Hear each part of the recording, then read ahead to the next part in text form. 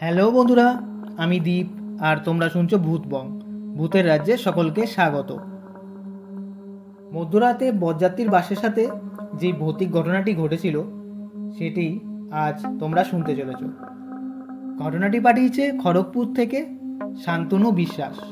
শান্তনুর পাঠানো ভৌতিক ঘটনাটি শোনার আগে বন্ধুরা, তোমরা এখনও পর্যন্ত যারা ভূতবং চ্যানেলটিকে সাবস্ক্রাইব করোনি তারা সাবস্ক্রাইব করে দাও আর বেল বাটনটিও ক্লিক করে রেখো, যাতে ভূতবংয়ের ঘটনা আসার সাথে সাথে তোমাদের কাছে নোটিফিকেশন পৌঁছে যায়। আর যারা ফেসবুক থেকে দেখছো তারা ফলো করে দিও। তাহলে চলো বন্ধুরা, আর দেরি করছি না, সবাই কানে হেডফোন গুঁজে নাও। চলো মূল ঘটনায় আসা যাক। হ্যালো দীপদা, আমি শান্তনু বিশ্বাস খড়গপুর থেকে বলছি। গত 2-3 মাস আগে তোমার ভূতবং চ্যানেলটিকে ইউটিউবে খুঁজে পাই, তারপর থেকে তোমার চ্যানেলের ফ্যান হয়ে গেছি। শনিবার রাতে তোমার ভূতবংয়ের ঘটনা না শুনে আমার ঘুমিয়ে আসে না। আজ একটি ঘটনা লিখে পাঠালাম, ঘটনাটি যদি পড়ে শোনাও তাহলে খুব খুশি হব। ঘটনাটি ঘটেছিল 6-7 বছর আগে, যখন আমি ক্লাস 11-এ পড়ি। আমাদের এক রিলেটিভের বরযাত্রীতে গিয়েছিলাম। বরযাত্রীর বাস অনুষ্ঠান বাড়ি থেকে ব্যাক করে ওই রাত 12:30-1টা নাগাদ। ঘটনাটি ঘটে ফেরার পথে। মাঝ রাস্তায় আসার পর বাস চালককে বাস থামানোর জন্য বলা হয়, কারণ 5-6 জনের মতো বাথরুম করতে নামে। সেই সাথে সাথে আমি আর আমার মামার ছেলেও বাথরুম করতে নামি। আমি আর মামার ছেলে রাস্তার এক সাইডে যাই। আমরা যেখানে বাথরুম করি সেখানে একটা ছোট্ট বেদির মতো ছিল। আমরা বুঝিনি যে ওটা কিসের বেদি। ওটার থেকে একটু দূরেই আমরা বাথরুম করি। তারপর সবাই একে একে বাসে ওঠা শুরু করে। আমি যেই বাসে উঠতে যাব, মামার ছেলে পেছন থেকে বলে, দেখ ভাই, যেখানে আমরা বাথরুম করলাম ওইখানে একটা মেয়ে লোক দাঁড়িয়ে। আমি আবার নামলাম দেখার জন্য।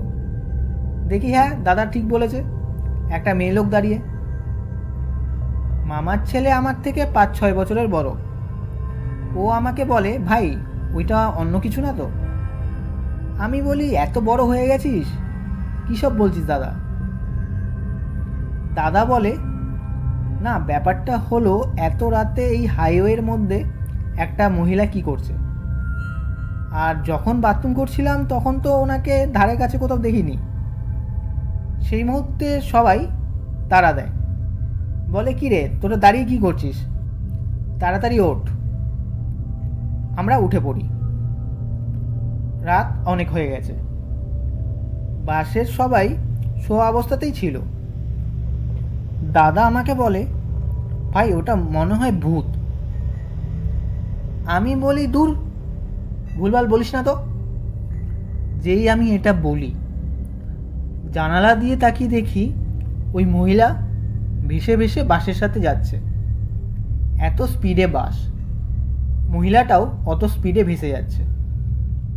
দাদা বলে, দেখলি তো, আমার কথাটাই ঠিক হলো। আমি অমন জিনিস দেখে খুব ভয় পেয়ে যাই আর চিল্লিয়ে উঠি। আমার চেল্লানোতে সবাই ঘুম থেকে উঠে পড়ে আর আমাকে বলে, কি হয়েছে? আমি বলি, একটা মহিলা ভেসে ভেসে বাসের সাথে যাচ্ছে, আমাদের পিছু নিয়েছে। এই কথা শুনে তো সবাই হেসে দেয়, বলে, ঘুমের ঘরে কী সব স্বপ্ন দেখেছিস আর আজগুবি কথা বলছিস। বাবা মা আমাকে তাদের সিটে নিয়ে যায়। আমি যে সবাইকে এত কিছু বললাম, সেই সময় দাদা পুরো চুপ, ও কাউকে কিছু বলল না। আমার মাথাটা ওর ওপর এতটাই গরম হয়ে গিয়েছিল যে আমি ভাবি, এ কেমন ছেলে রে, ও তো ব্যাপারটা প্রথম থেকেই জানে, ও কেন চেপে গেল, কাউকে কেন কিছু বলল না। যাই হোক, বাস কিছুটা পথ যাওয়ার পর হট করে থেমে যায়। সবাই ড্রাইভারকে বলে, কি হলো? ড্রাইভার বলে, মনে হয় কিছু সমস্যা হয়েছে বাসে, তাই থেমে গেছে। এত রাতে হাইওয়ের মধ্যে বাস দাঁড়িয়ে, সবার মধ্যে একটা টেনশন ব্যাপারও কাজ করছিল, কারণ ফাঁকা রাস্তায় যদি ডাকাত টাকাত পড়ে তো একটা খারাপ ব্যাপার হবে। সে একটু ভয় সবার মধ্যেই কাজ করছিল। ড্রাইভার স্টার্ট দিয়েই যাচ্ছে, স্টার্ট নিয়ে আবার বন্ধ হয়ে যাচ্ছে। এমন 10-15 মিনিট চলে। তারপর শেষমেশ বাস স্টার্ট নেয়। সবার বুকে জল আসে। কিন্তু এখনও অনেক কিছু ঘটার বাকি ছিল। কিছুক্ষণ বাস চলার পর মা আমাকে আর বাবাকে বলে, এই দেখ, একটা মহিলা কেমন ভেসে ভেসে যাচ্ছে। আমি দেখি সেই মহিলা। বাবা মা সবাইকে এই ব্যাপারটা বলতে যাবে, জিনিসটাকে দেখাতে যাবে। অমন সময় ড্রাইভার জোরে ব্রেক কষে। বাসে থাকা সবাই ছিটকে পড়ে। বাসের সবাই তো ড্রাইভারকে গালাগালি দেওয়া শুরু করে দেয়, বলে এইভাবে কেউ ব্রেক মারে নাকি। ড্রাইভার বলে একজন মহিলা হঠাৎ বাসের সামনে এসে পড়েছিল আর চাপা পড়ে গেছে। ড্রাইভার, খালাসি আর বাসের মধ্যে থাকা অনেকেই সঙ্গে সঙ্গে দেখার জন্য নামে। নিচে নেমে দেখে কোনো কিছু নেই, কোনো অ্যাক্সিডেন্ট হওয়া মহিলা নেই। ড্রাইভারকে সবাই ব্লেম করা শুরু করে, কি মশাই মদ খেয়ে বাস চালাচ্ছেন নাকি। ড্রাইভারও বলে, না সত্যি একটা মহিলা বাসের সামনে চলে এসেছিল। কেউ ড্রাইভারের কথা বিশ্বাস করছিল না।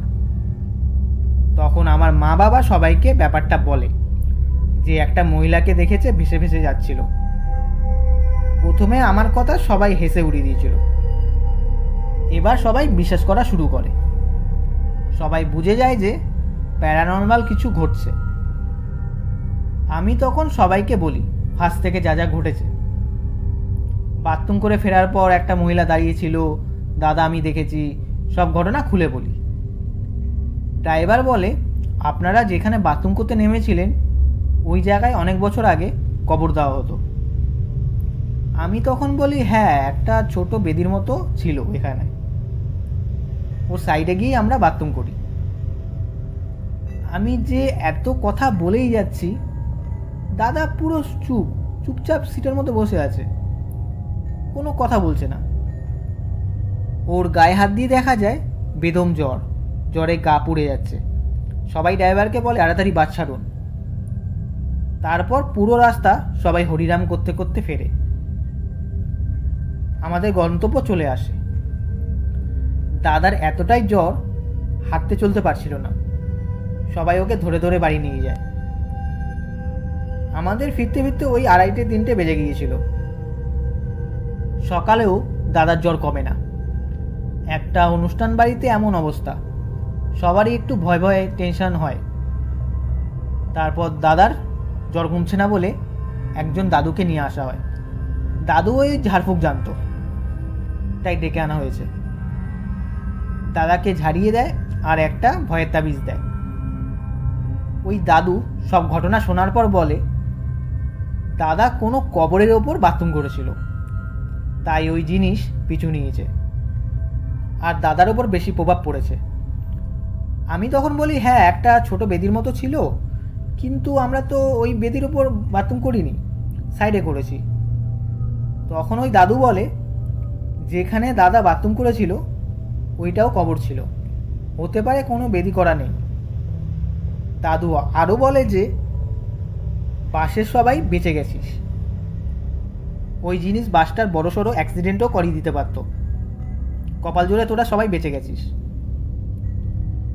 দাদার জ্বর কমে যায় সেদিনই, কিন্তু 2-3 দিন খুব দুর্বল ছিল। এই ছিল আমাদের সাথে ঘটে যাওয়া ভৌতিক ঘটনা। দীপদা, ঘটনাটা যদি ভালো লেগে থাকে তাহলে ভূতবঙে পড়ে শুনিও। তাহলে বন্ধুরা, আজকের ঘটনাটা কেমন লাগলো কমেন্ট করে জানিও আর লাইক করে দিও। আর বন্ধুরা, তোমরাও যদি ঘটনা পাঠাতে চাও তাহলে আমাদের ভূতবঙের ইমেল আইডি bhutbongofficial@gmail.com পাঠিয়ে দিও। তাহলে বন্ধুরা, আজকের জন্য এইটুকুই। Tata, by.